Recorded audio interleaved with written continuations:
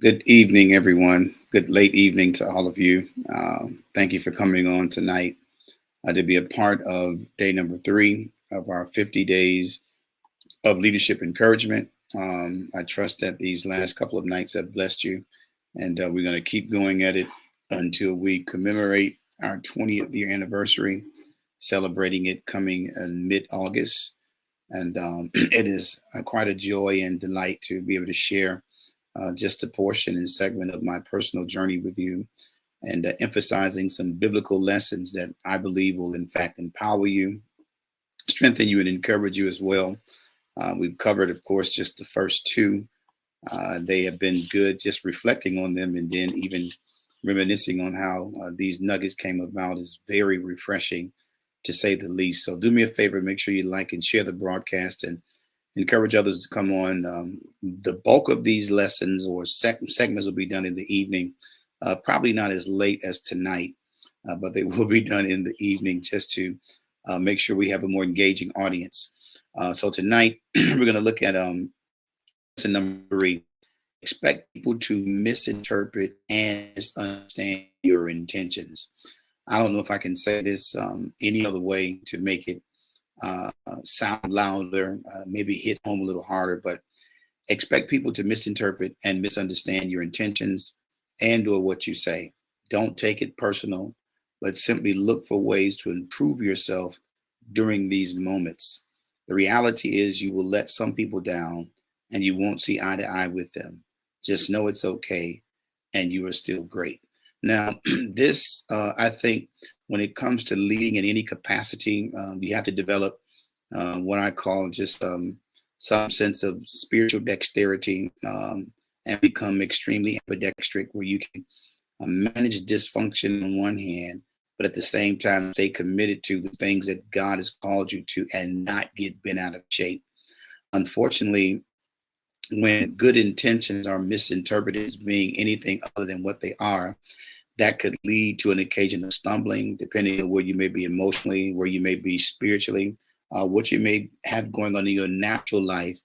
These things can weigh heavy upon you. You give your heart and your life to serve people and to facilitate their rising and influence their destiny and encourage them along the way, only for something as slight as something as minimal as just passing, and you didn't get the eye to eye contact, or you didn't connect with them and you failed to speak to them, and yet you're being held by a standard that sometimes people won't live by. Your good intentions can at times be misinterpreted, and the deeds that you do to bless and empower others can actually be totally misunderstood.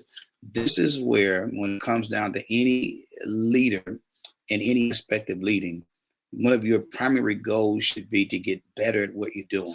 Or sharing with one of our leaders this evening, just in honor of his birthday and celebrating him, is that one of the things I've noticed over the years, across a broad spectrum of ministry, is that when people reach a vertical limit or perhaps a personal impasse that they're in covenant with and they do not want to progress any further, they could highlight that what they have ascribed to do, in fact, could be something that they should not be doing. It may not even be their calling.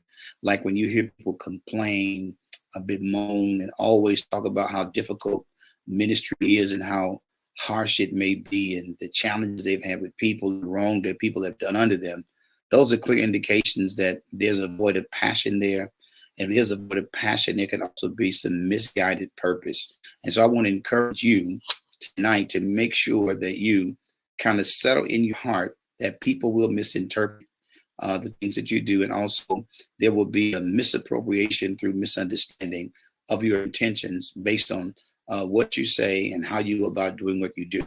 Can't take stuff personally. You got to know the one who called you, abide faithful to him, remain steadfast to his mandate and commitment for your life, and keep progressing and simply purposing to do better and to become better.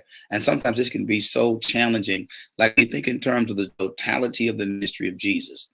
Everything Jesus did was written of him in the volume of the books. Yet the very own that he came to totally misconstrued what he was saying, some of the things he was doing, and then they even sought for ways to facilitate his demise. And Jesus could not focus on their behavior. He had to continue to stay aligned with the mission of the one who sent him. And that is so important. And so I trust that this has blessed you tonight. Be encouraged, great people. A misinterpretation, misunderstanding of your good intentions and your good deeds. Just know that you're still great.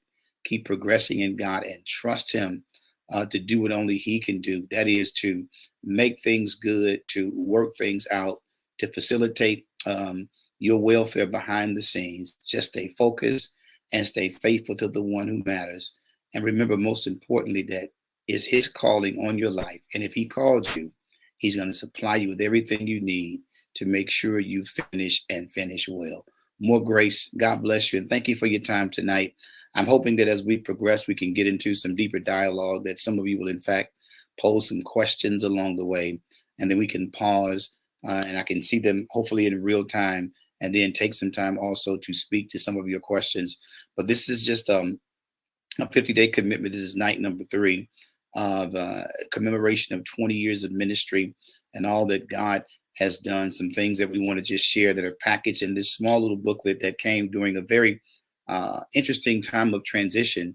And during my personal devotion, I began to receive just context for various aspects of my life and was encouraged to put it in writing to share for a future purpose. And so that is what we're doing now. 50 lessons that ministry has taught me. So great grace, and we'll see you again at some point tomorrow. God bless and make it a great evening.